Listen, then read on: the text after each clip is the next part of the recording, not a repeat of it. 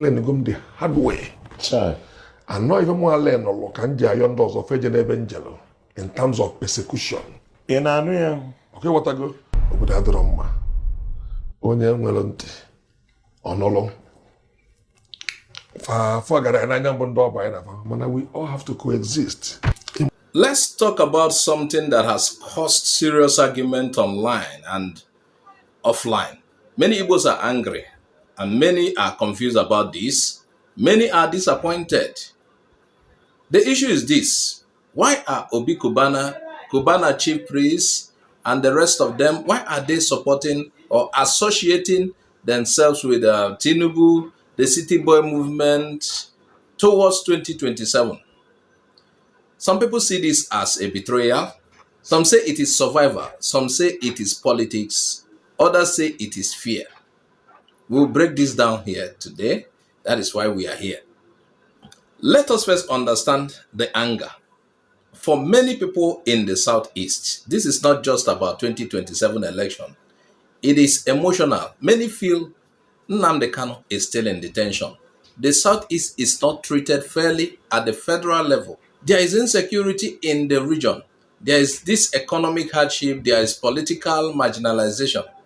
So, when the big wigs of the society, the businessmen, the celebrities, when they publicly align with the current government or the movement, some people see it as a disrespect or a disregard of Ndibo. And they do ask, how can you celebrate the same system we believe is suppressing our people? How can you join them and their movement when our brother Nnamdi Kanu is still in detention? Shouldn't you stand with your people? For many, this is about loyalty and identity. It is not just politics, it is emotion. Now, let's look at another angle.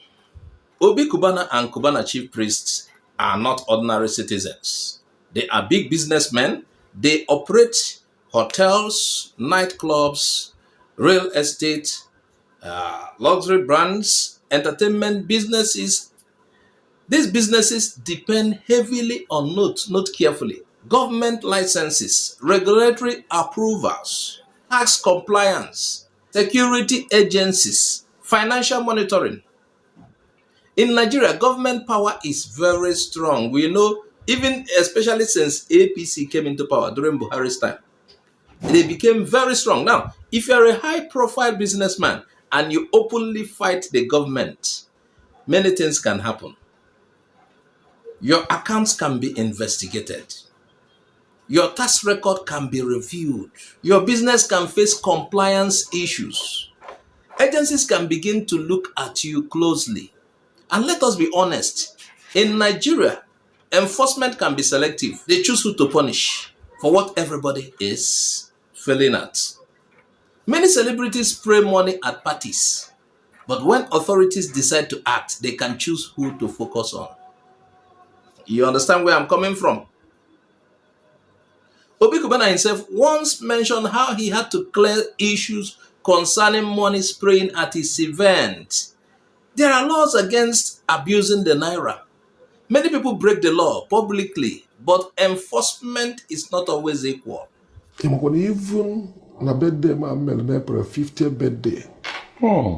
Ina na whatever fele go, I control everything. When you beauty, I remember I can't take on at this age now. Yeah. But I want that you appreciate. When you're professor Celia, manage one day za juju makia. I suppress Celia. Mana yana papa ndi kwesịrị ịma na ebe etu a nratata na nka na-aza ajụjụ ọ bụla alaji. So what am I trying to say now? Let's go up this whole thing. And I just ndị adaba n'onu na egbula egbu. In Anuya. Ondujuleju obere ogo come obere. I'm telling you na mo emegi experience. Not go get here for now. Iwetara ego agbafere m ọsọ na pocket adị m ejikwụsị cash. Onwe ebe m lokịta efu na-eme akwa mata kwenye na ntị na mma ezigbo ozi. Because I learned the hard way. And not even more learn or can doors of evangel in terms of persecution. So when he says our hands are like tied. What could that mean? It may mean we cannot afford to fight the center. We cannot risk our businesses. Remember, they employ thousands of people and they must be careful. And that does not automatically mean they hate their people, the Igbo people. It means they are protecting their empire. Now, does it mean Igbo people should boycott politics because of what this and that? No. Let's talk about another strong opinion. Some people are saying Igbos should not even participate in Nigerian politics, especially that of the center. We should withdraw, we should not vote, we are pursuing Biafra. But let us look at this carefully. Nigeria still collect tax from Igbo land, Igbo businesses. Nigeria still exploit the resources in Igbo land. Nigeria still controls federal allocation. Nigeria still controls security agencies and controls economic policies. Nigeria controls the import, export, custom, banking regulations as of today. Now, if the Southeast completely withdraws from politics, what happens? Who speaks for the region at the center? Who negotiates federal? Anyway, I'm not going to be even talking about federal appointment. I'm not so much concerned about that. But, we talk about policies. We talk about protecting our economic interest. That is still, that one is still 10 on that side.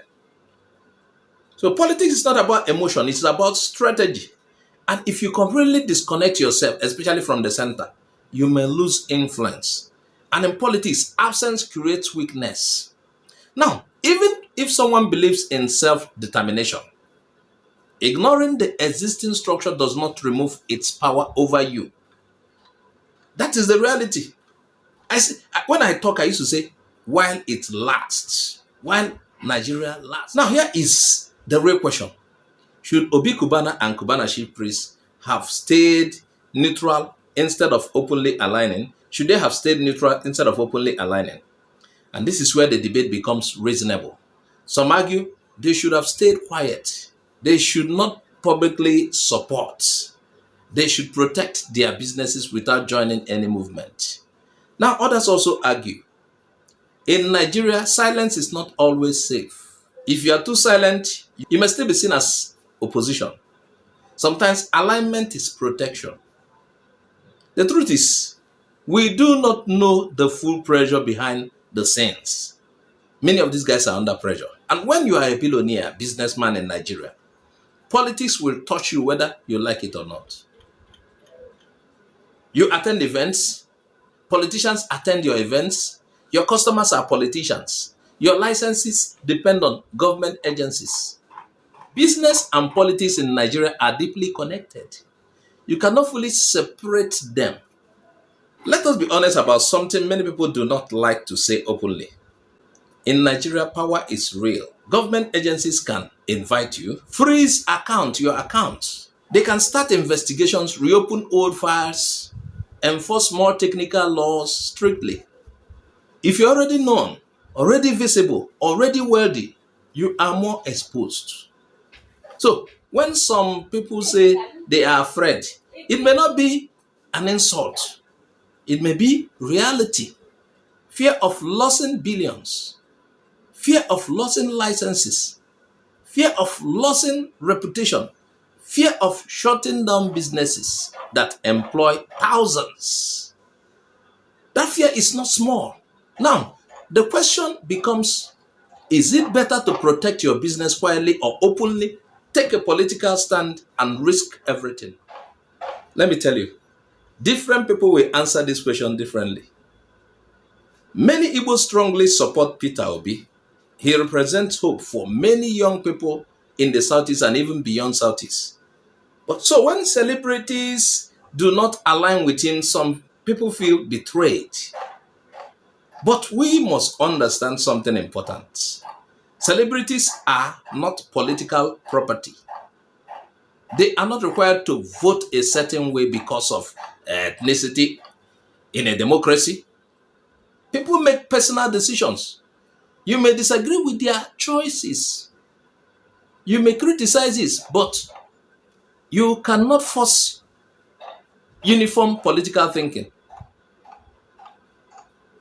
Igbo unity does not mean everyone must vote same way or must be in the struggle. Unity means protecting common interests, building economic strength, supporting development, and negotiating power. Negotiate power strategically. I've been wanting to do this video for long. That is why you hear people say, you don't put your eggs on one basket. There is the political basket. Those who are doing the struggle can also have the basket for struggle. And there is the basket, while in politics, where do I sow that, So, the bigger issue is not just Obi Kubana or Kubana chief priest. The bigger issue is, why is Southeast always in a position where people feel pressured? Why is there fear of federal power? Why is economic survival tied so closely to political alignment? Now, if a region is economically strong and politically strategic, individuals will not feel trapped. So instead of only attacking individuals, maybe the conversation should be, how do we build a system where no Igbo businessman feels politically vulnerable? How can we strengthen regional political negotiation? Let's learn how to do things together. How do we secure economic independence? That is a deeper conversation than 2027. Sincerely. Many Igbos are angry because of emotional pain and political grievances. Obi Kubana, Kubana chief priest, may be acting from business survival and political caution. Their business doesn't have to go down because of one thing or the other. They could be paying silent loyalty. They don't have to come openly. Both sides have reason. They have to be careful. The situation shows something important. Now, in Nigeria, politics and business are deeply connected.